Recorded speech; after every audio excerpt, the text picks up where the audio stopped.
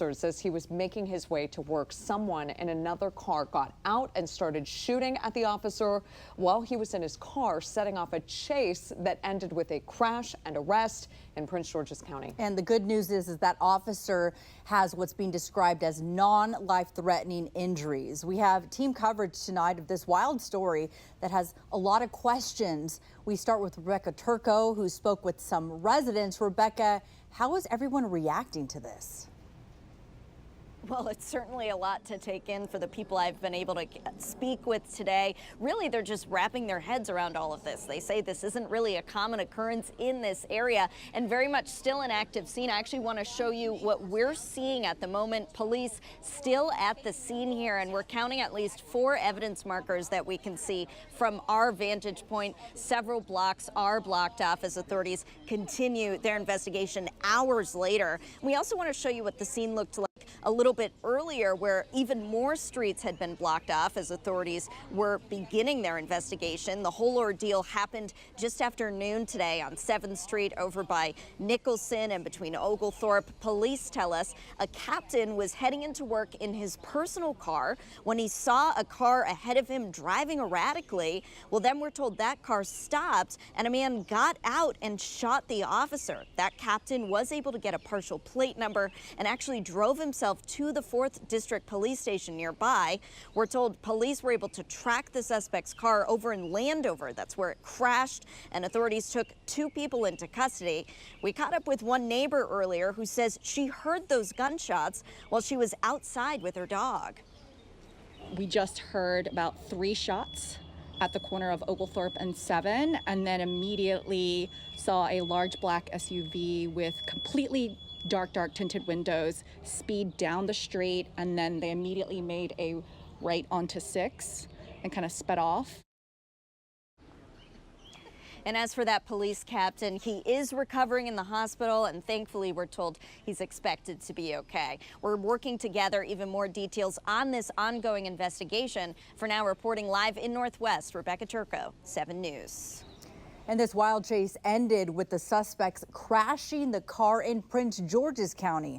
And our team coverage continues now with Maryland Bureau Chief Brad Bell. He is live at the scene of that crash now investigation. Brad, what are you learning about this and what is behind you? Yeah, so look, here we are. This is Landover Road behind me, Dodge Park Road. This is where the crash happened.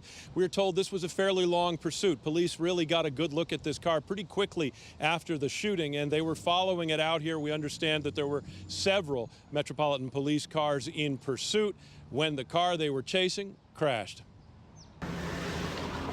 That is one of the 2 suspects wanted for shooting the MPD officer in handcuffs, being searched by Prince George's police.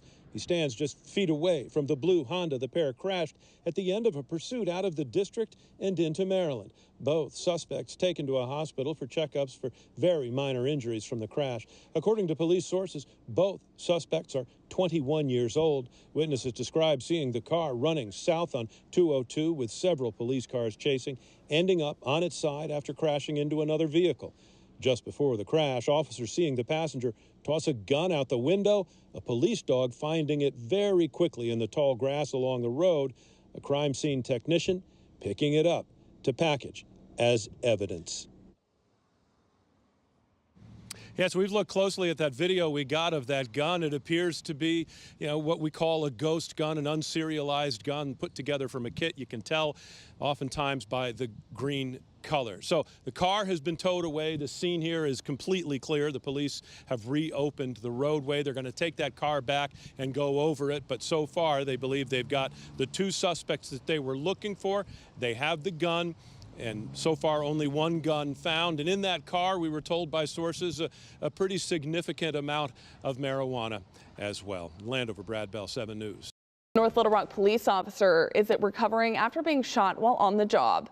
Police were responding to a burglary at a home on Silverwood Trail yesterday. They caught up with the suspect on Flint Rock Road. Police say shots were fired, but did not say whether officers or the suspect fired first. One officer was shot and taken to the hospital, but is expected to be okay. The suspect was also shot, but we don't know what condition they're in. The police department says 2 officers involved are now on paid leave.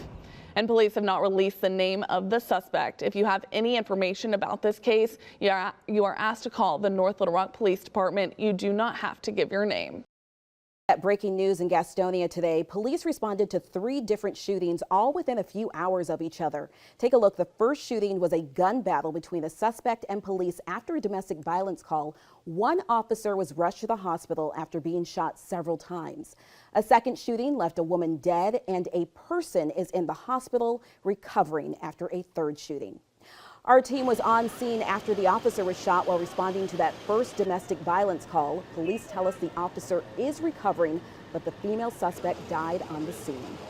WBTV's Ron Lee is at the Gastonia Police Department right now with more. And Ron, do police know what led up to that domestic violence call?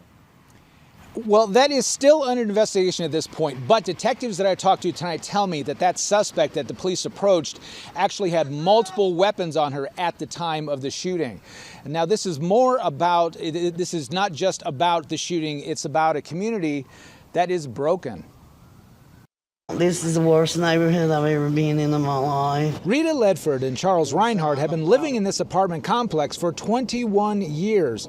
They were at home when they heard the first shots. There's about 10. 12. I think it was about 12. They used to enjoy being outside, but they say the area has turned to the point they don't go outside and actually have to barricade themselves in at night for fear someone will break in. Put this board up against the door handle knob, keep somebody coming in. Their fears were realized Saturday afternoon as police were engaged in a firefight just a few doors down from where they live.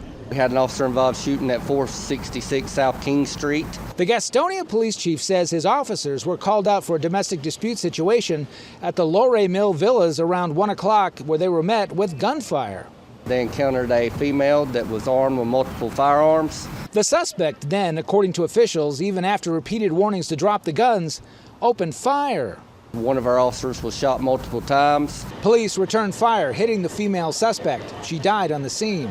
The injured officer was rushed to the hospital in the back of a patrol car, where he's listed in stable condition. Right now, he's in a lot of pain, but his family's with him. People who knew those involved were stunned at the news. I don't know. They was fighting. They was fighting or something. I don't know. But for the couple who sees bullets and blue lights more and more often, home has turned into its own kind of prison. I don't go out of my house. Now, so far, no names of anybody involved has been released, and still no reason for why this all happened in the first place. In Gaston County, I'm Ron Lee, WBTV, on your side. The name of the injured officer has not yet been released, but we have learned that he was shot once in the leg and underwent surgery a few hours ago. We're told he was in good spirits, which is a good sign considering the fact this story could have had a much different ending. Very fast. Violence came to the officer very quickly. A quiet night turned into a deadly shootout in a South Phoenix neighborhood after a man pulled out a gun and shot a Phoenix police officer early Tuesday morning. That is very bad. Police are out here to save us, to protect us. Investigators tell us 2 patrol officers had stopped a man on his bicycle for a traffic violation around 3 in the morning near 10th Street in Southern. They say the suspect became combative and started fighting with one of the officers. Moments later, the man reportedly pulled out a gun and shot the officer in the leg.